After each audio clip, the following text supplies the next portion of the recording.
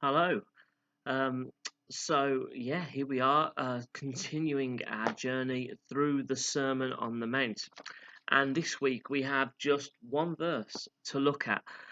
We move on from the Beatitudes, but just because we've moved on from the Beatitudes doesn't mean we've finished with the Sermon on the Mount. The Sermon on the Mount is so much more than just the Beatitudes. It's 3 chapters of Matthew where it's literally Jesus on the Mount speaking to people about what does life look like being a follower of Jesus? What does godly living look like? If you ever wondered how should I live out my faith in this world, the Sermon on the Mount is a fantastic place to start. It literally outlines what does a Christ following life look like.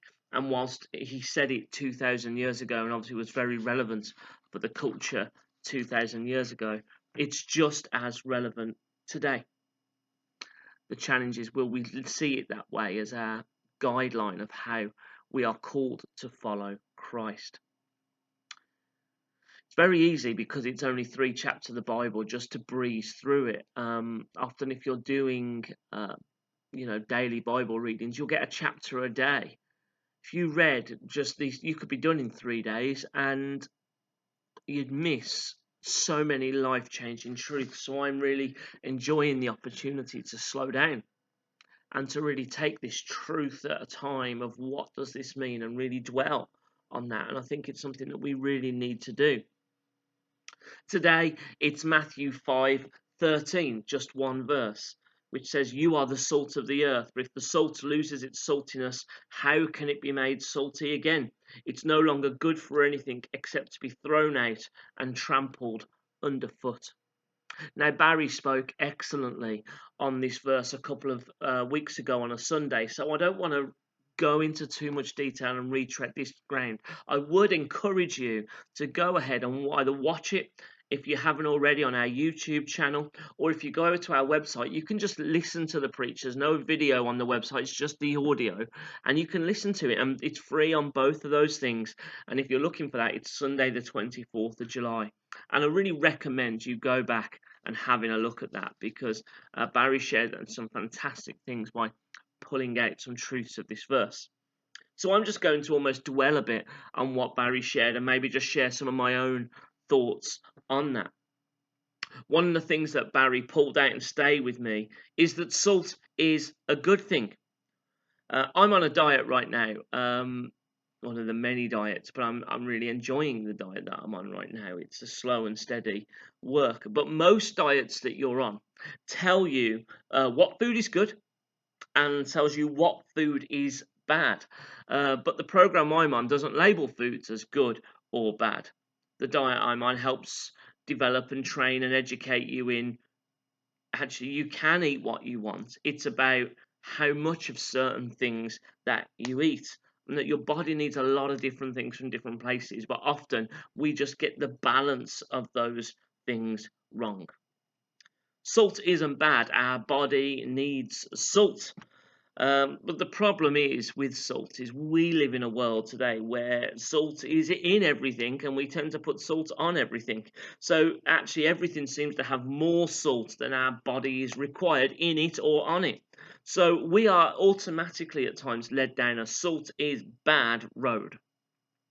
Barry reminds us that actually salt isn't bad, that we need salt in our lives. And actually, when Jesus was speaking here, salt was used to preserve food, to keep the food good to eat. It wasn't a seasoning, it wasn't something you put in food, it was something used to preserve the goodness of food.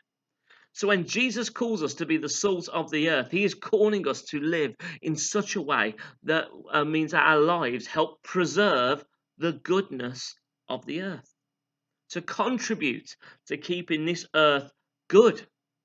That is godly, salty living. So there's the challenge for this week. How are you contributing to preserving the goodness of the earth? Are you bringing God's goodness to this world? How? We can all play a role in doing this. This isn't something that's for a select few. Everyone can play a role in doing this. This can look like caring for the environment. It can be loving our neighbours and our community. It can be offering help to those people who are in need. It can be offering encouragement to people who are feeling low. It can be about sacrificing your time, your energy, and your resources to others and to organisations for the betterment of things in this world.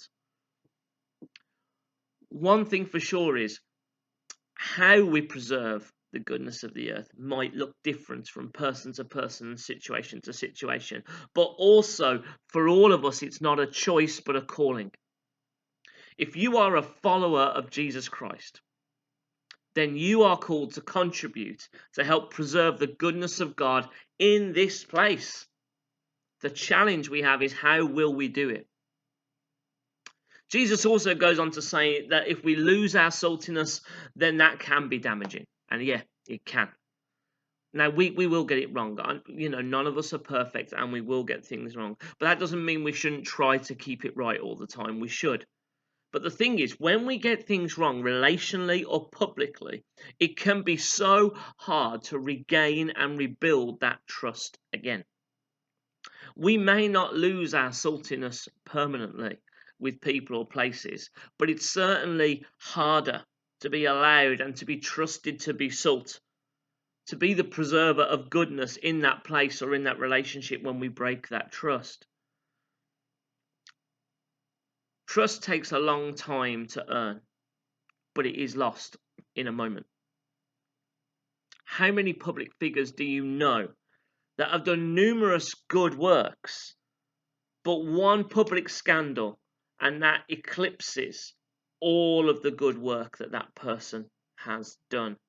In fact, sometimes all of the good works that person done becomes forgotten because of the one scandal, the one failing, the one falling.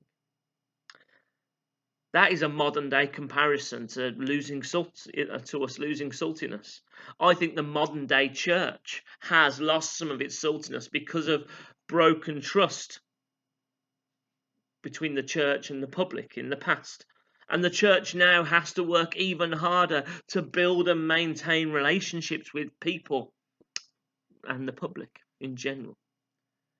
But just because it's harder doesn't mean we shouldn't try. The world needs the goodness of God. The people around us needs the goodness of God. And it's a call on our lives from our Saviour to contribute to the goodness of God in this place. Whether it's accepted by others or not, doesn't mean we shouldn't try. Will we persevere in preserving the goodness of God in this place and in our relationships? Because we really need to.